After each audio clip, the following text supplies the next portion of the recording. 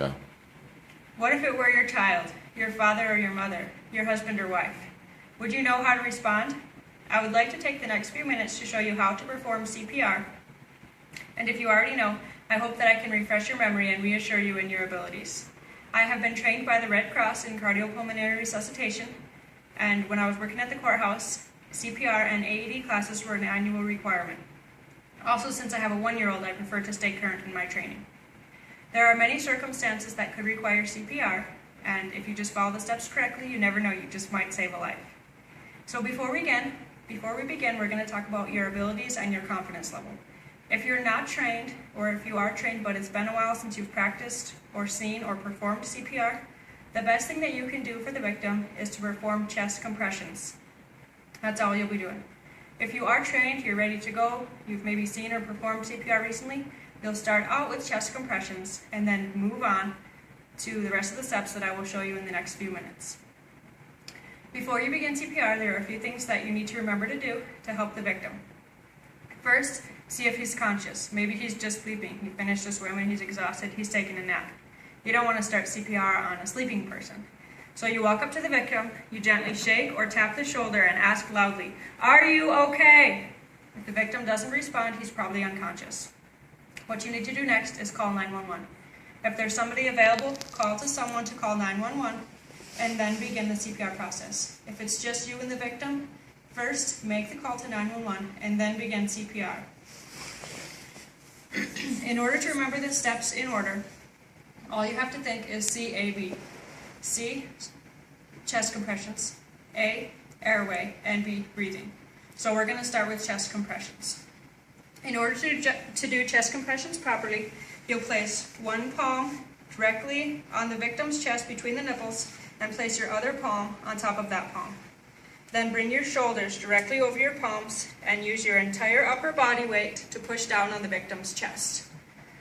The Mayo Clinic staff recommends that you do 30 chest compressions at 100 beats per minute. Now you might not know, well, how fast is 100 beats per minute?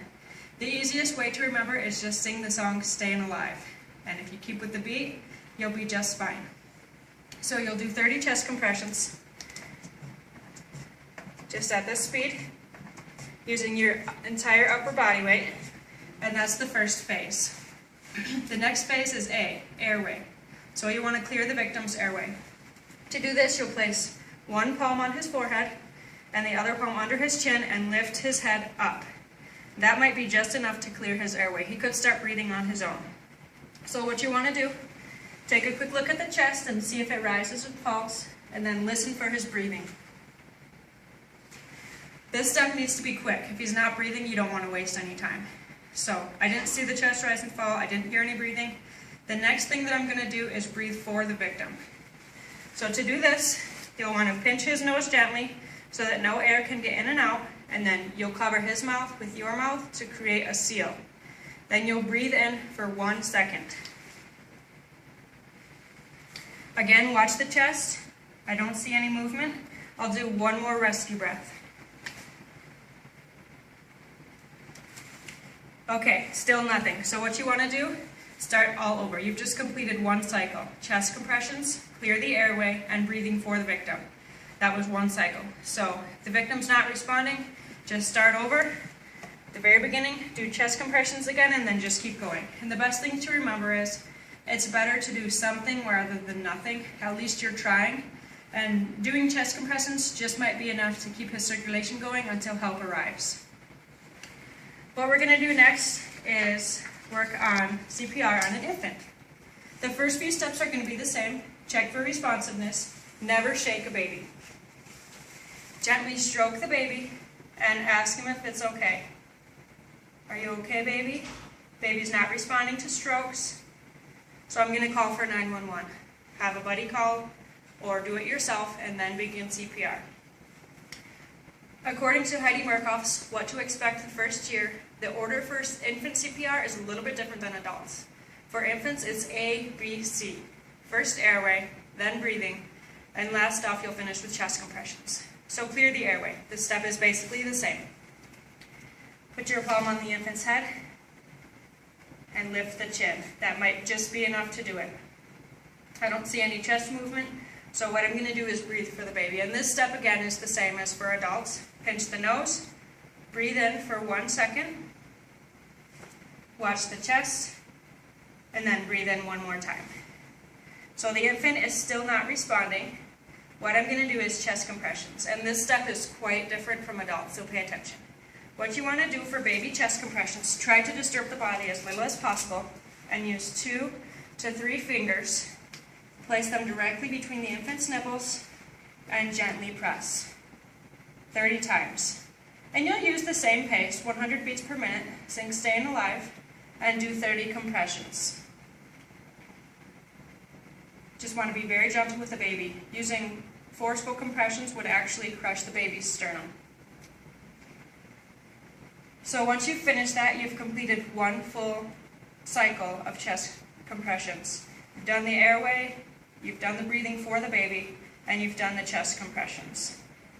Again, it's better to do something than nothing, so just keep going.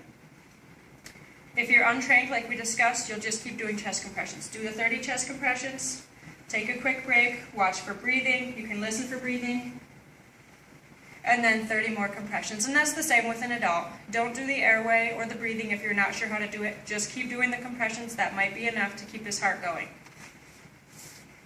I firmly believe that everyone should have a knowledge and understanding of cardiopulmonary resuscitation. If it were your friend or loved one and you were at work or out playing, you need to know how to respond. You never know when it could happen. You might be playing in the pool and somebody takes in too much water. You need to be ready. So the steps, just remember, check if the victim is conscious, call 911 or have somebody call 911.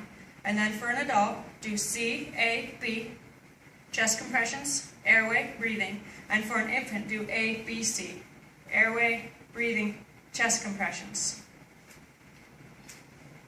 If your friend or loved one were in trouble due to drowning or cardiac arrest, I hope now that you would have a better understanding and know how to respond. Just remember these steps in order and continue, and you just never know. You just might save a life. Thank you.